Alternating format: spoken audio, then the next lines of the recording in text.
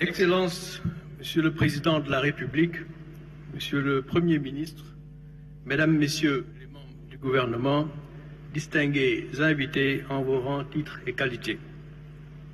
Permettez-moi tout d'abord de vous remercier, Monsieur le Président de la République, pour votre présence et votre engagement constant en faveur de la transformation systémique de notre économie. Je remercie également Monsieur le Premier ministre pour son leadership dans la coordination de l'action gouvernementale, en particulier dans cette phase décisive pour notre pays. Excellence, Monsieur le Président de la République, il y a quasiment un an, sous votre leadership et celui du Premier ministre, l'agenda national de transformation, la vision Sénégal 2050 pour un Sénégal souverain, juste et prospère a été présentée, de même que sa déclinaison quinquennale 2025-2029, la stratégie nationale de développement. L'objectif global de cette stratégie est de promouvoir un développement endogène et durable porté par des territoires responsabilisés, viables et compétitifs, jetant les bases de la souveraineté. Ce référentiel trace les grandes lignes de notre volonté collective de bâtir un Sénégal nouveau dans la diversité de ses territoires. Cependant, comme Monsieur le Premier ministre l'a si justement souligné à plusieurs reprises, aucune stratégie de développement, si pertinente soit-elle, ne peut être pleinement exécutée sans une assise financière saine et crédible, et sous le leadership véritable de ses concepteurs. Cette assise financière saine et crédible est ce que les économistes appelleraient un cadre macroéconomique fiable et solide. Or, suite à la publication des résultats de l'audit des finances publiques par la Cour des comptes, en ligne avec votre engagement de transparence vis-à-vis des Sénégalais et de nos partenaires, la suspension du programme avec le FMI a mis nos finances publiques à rude épreuve. Mon collègue ministre des Finances et du Budget ne me démentira pas. En effet, l'accès aux marchés financiers internationaux à des conditions raisonnables nous est devenu difficile et les appuis budgétaires ont été suspendus. Cette situation, conjuguée à un contexte mondial marqué par le rétrécissement de l'aide publique au développement, s'est traduite en des gaps substantiels de financement du cadre macroéconomique du plan quinquennal. Il est également important de noter que le Sénégal est dans une union monétaire crédible, avec une banque centrale indépendante, des engagements de discipline budgétaire et des limites de niveau d'endettement dans le contexte d'un marché financier régional commun. Ces règles existent pour préserver la viabilité du régime de change que nous nous sommes choisis, nonobstant ces évolutions nécessaires à moyen terme pour relaxer cette contrainte. Ce contexte conforte l'ambition du Sénégal d'optimiser le financement endogène sans pour autant se replier sur soi-même. La souveraineté budgétaire ne veut pas dire autofinancement.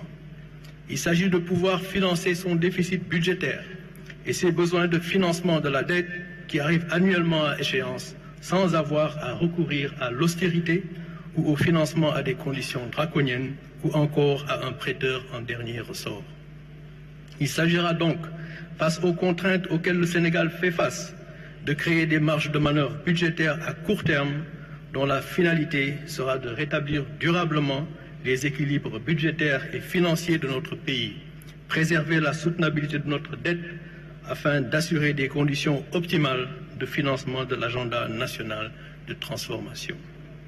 Il s'agit donc ici d'un engagement politique fort de votre part pour restaurer la confiance des citoyens, des investisseurs et des partenaires techniques et financiers tout en ayant la maîtrise de notre destin que nous avons projeté radieux. Excellence, Monsieur le Président de la République, Monsieur le Premier ministre, il n'est donc pas inutile de rappeler ce qu'est la vision Sénégal 2050, ce destin radieux que nous projetons, tout en la mettant dans une perspective historique.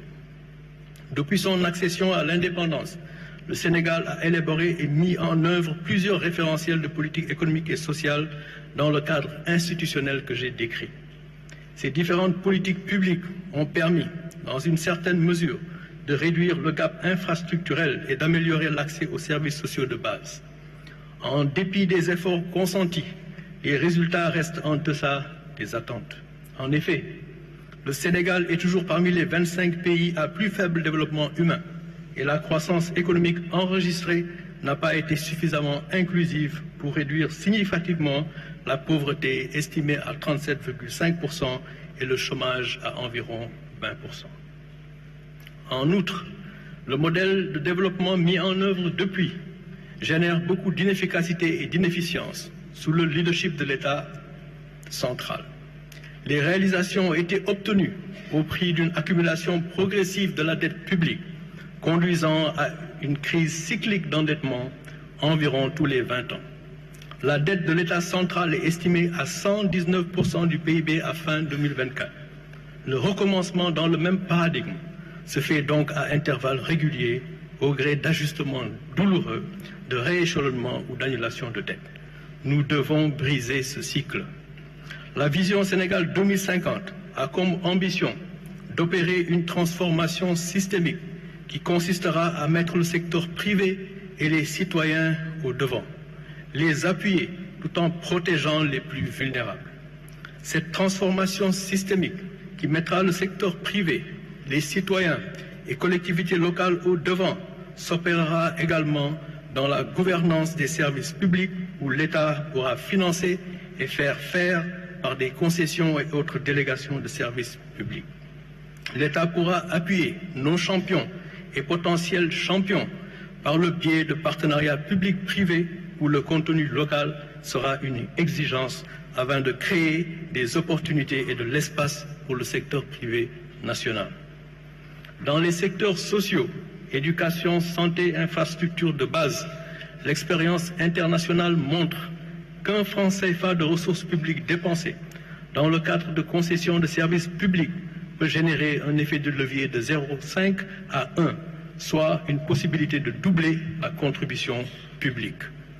Dans les secteurs marchands, cet effet de levier peut aller jusqu'à 4 fois la contribution publique par le complément de ressources privées, par le paiement d'usagers, que le paiement d'usagers peut permettre de mobiliser. Excellences, Monsieur le Président de la République, Monsieur le Premier ministre, les 25 lettres de politique sectorielle des ministères ont été finalisées avec cette doctrine bien reflétée.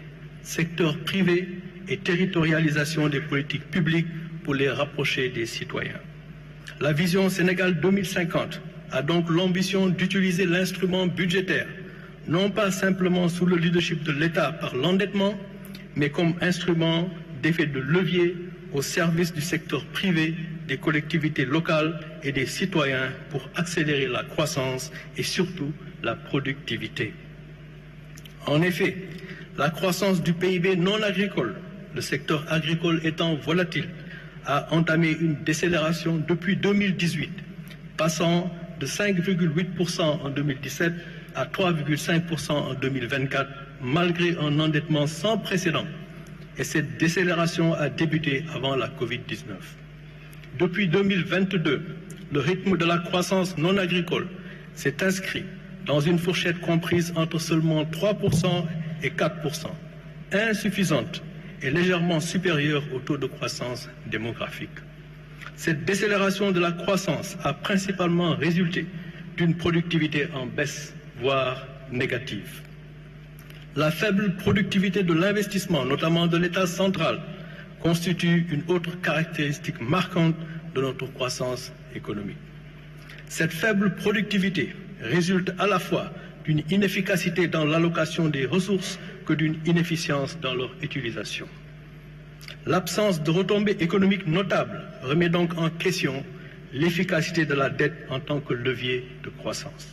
En théorie, une dette productive devrait permettre de stimuler les recettes publiques à travers une augmentation de la base fiscale, réduisant ainsi à terme les besoins d'emprunt extérieur et améliorant la viabilité de la dette. Or, ce lien ne s'est pas matérialisé au Sénégal.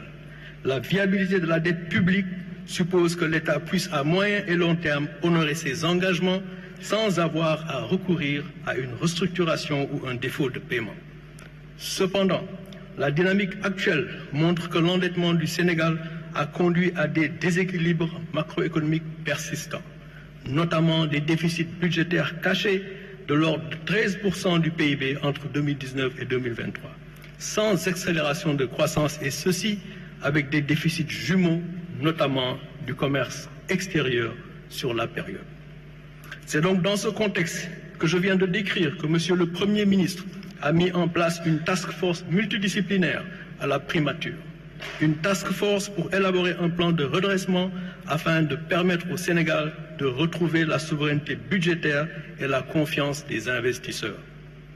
Cette souveraineté budgétaire permettra la mise en œuvre des objectifs économiques et sociaux de la vision Sénégal 2050 déclinée dans le cadrage macroéconomique du plan quinquennal 2025-2029. Ce redressement de nos finances publiques devra s'opérer sans préjudice au secteur privé tout en étant au service des Sénégalais, notamment les plus vulnérables. L'enjeu est donc triple.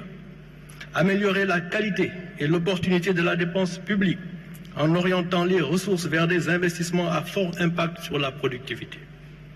Réduire les besoins de financement par l'endettement à travers une consolidation et un déficit budgétaire de 3% à l'horizon 2027, permettant ainsi de dégager une trajectoire descendante de la dette en pourcentage du PIB. Conduire enfin les réformes nécessaires pour appuyer le secteur privé afin qu'il puisse véritablement prendre le relais de la croissance dans cette transformation systémique voulue en sa faveur.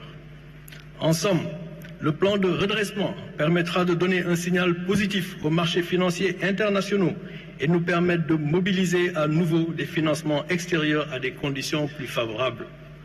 La confirmation de la solidité de notre cadre macroéconomique par nos partenaires, notamment le Fonds monétaire international, viendra conforter nos propres efforts. Mesdames, Messieurs, les mesures concrètes de ce plan de redressement nous seront exposées dans quelques instants par Monsieur le Premier ministre.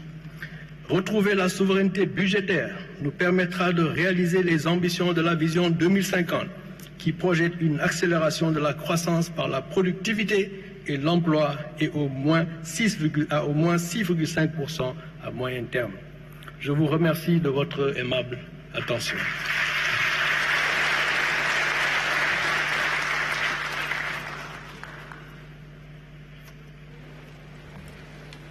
Merci beaucoup,